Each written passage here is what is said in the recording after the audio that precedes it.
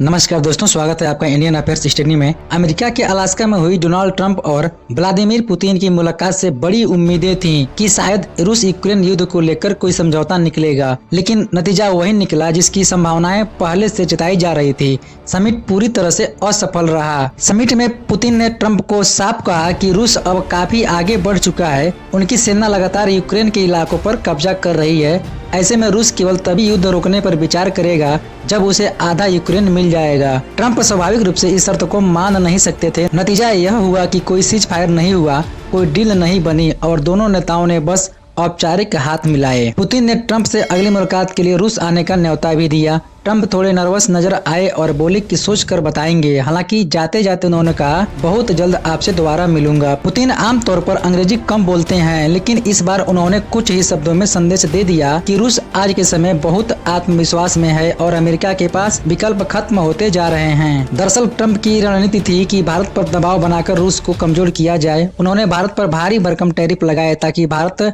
रूस से तेल खरीदना बंद कर दे, लेकिन उल्टा हुआ। अगस्त महीने के आंकड़े बताते हैं कि भारत हर दिन औसतन 20 लाख बैरल तेल रूस से खरीद रहा है। भारत ने इराक से तेल खरीद कम कर दी है और रूस पर निर्भरता और बढ़ा दी है। अमेरिका में ही कई सांसद और विशेषज्ञ मान रहे हैं कि चाहे ट्रंप 50% टैरिफ लगा दें या 100%, भारत अपने हित देखकर रूस से तेल लेना बंद नहीं करेगा। भारत तो अब रूस से और डिस्काउंट की मांग भी कर रहा है। देखो, हम आपसे तेल खरीद रहे हैं, लेकिन ट्रंप टैरिफ लगा रहे हैं तो थोड़ा और सस्ता कर दो। यानी अमेरिकी दबाव भारत पर बेअसर रहा है। उल्टा ट्रंप की रणनीति फेल हो गई। समिट के बाद एक पत्रकार ने ट्रंप से पूछा कि क्या अब भारत पर और टैरिफ लगाएंगे। पूरी दुनिया यही देख रही थी कि क्या भारत अमेरिका का सबसे ज्यादा टैरिफ झेलने वाला देश बनेगा। ट्रंप ने भारत में अमेरिकी जनता से झूठ बोल दिया। उन्होंने कहा कि भारत अब रूस से तेल खरीदना बंद कर चुका है, इसलिए शायद अब टैरिफ लगाने की जरूरत नहीं पड़ेगी। हकीकत यह है कि भारत लगातार रूस से तेल खरीद रहा है और खरीद बढ़ा भी रहा है, लेकिन ट्रंप ने अपने लोगों के सामने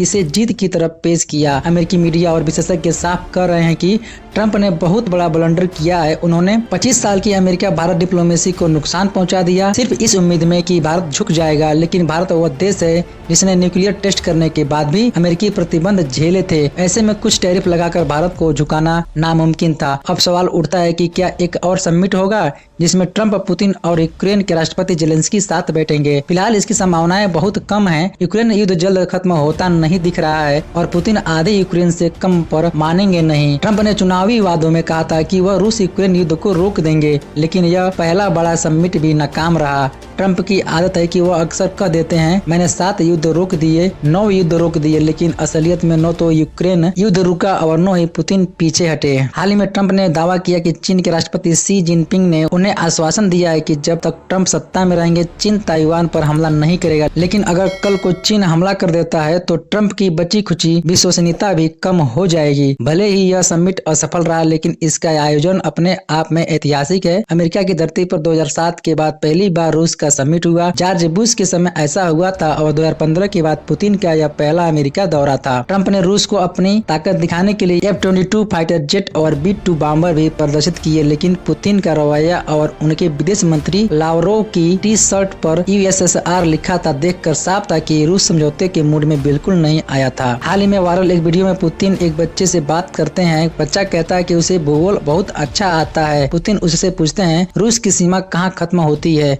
बच्चा जवाब देता है, बेरिंग स्टेट पर। इस पर पुतिन कहते हैं, नहीं बेटा, रूस की सीमा कभी खत्म नहीं होती।